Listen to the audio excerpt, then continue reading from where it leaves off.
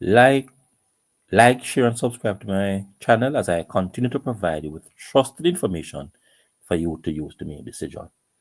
Now, I want to speak to you on has Andrew Holness blossomed into a statesman.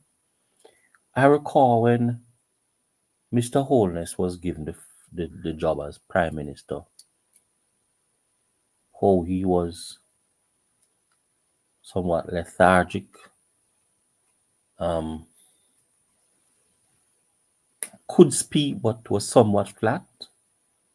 And I'm looking at the growth of Mr. Holness from then, when he first actually got that opportunity, and looking at him speak now, and looking at some of the things that he is able to articulate, and some of the inspirational quotes and things that he is saying, as well as his ability to speak with somewhat of a flair, not as that of the great Mr. Michael Manley or the second and stalwart Mr. Edward Siaga, but in his own right, he's able to articulate his position and is able to do so in a manner that is welcoming, unlike when he started at first.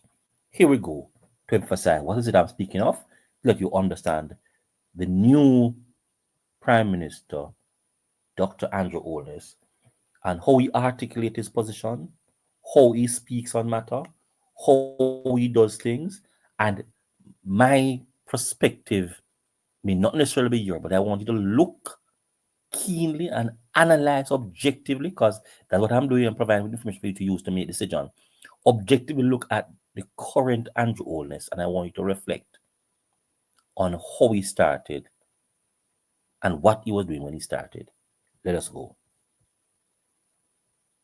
In the same way that it needs prosperity.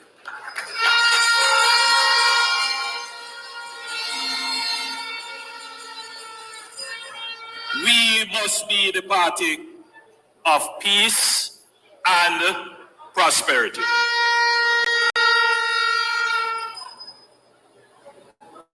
Jamaica is not at war. Jamaica has political stability. We are not in conflict with any nation. And as I say that, my heart goes out to the people of the Middle East who are in conflict now. Some of you may be watching your televisions and you're seeing the senseless killing of innocent people, civilians. Jamaica wants to see peace. And we want to see the human rights of all peoples respected.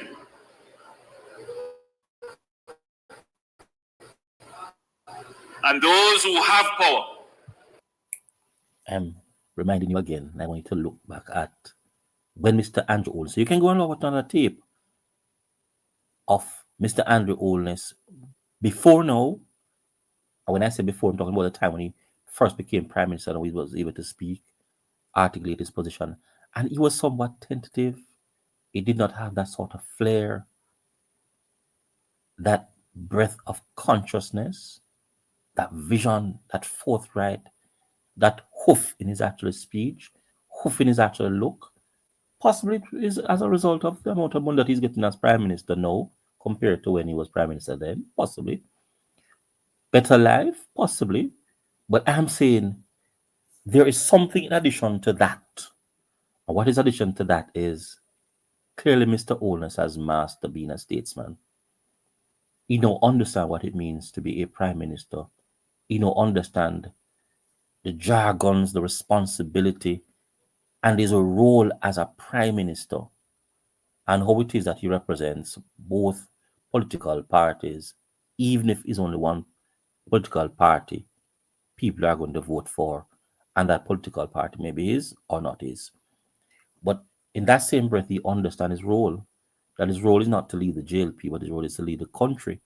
And of course, by leading the country, he hopes that those persons who are PNP would not actually vote, And those persons who are laborites will actually vote. And for those persons who are undecided, they would actually vote for the JLP. And of course, that will actually give him some time to be prime minister for a longer period. I'm forecasting that Mr. Holness now understands all of that. And he understands the fact that the young people, particularly Gen Z, recognize and are not loyalists like their foreparents who are PMP until they die. You know those things? Or green until I die. You know, recognizes that those persons are substantially a part of the undecided group, and they are part of the undecided group. What it means is that he needs to let them see him as their choice of a leader and therefore likely to vote for him. So that in itself is indicating to me that Mr. Holness has matured into a statesman. Now, if Mr. Holness had not matured into a statesman, what it would mean is that Mr. Holness would have just carried himself and behaved like he's the prime minister for the JLP. And being by the prime minister of JLP, the fact that he actually won the popular vote and is the prime minister and leader of the Jamaica Labour Party, that would give him the right to do what he wants to do. No, that is if he does not understand what it means to be a statesman. No, he understands to be a statesman. That is even in his very speech. He'll actually give credit, and not only give credit, but to recognize the challenges that are happening in the Middle East. And he does that in many other of his actual speeches when he's actually making presentations. And that indicates to you that this is now a statesman.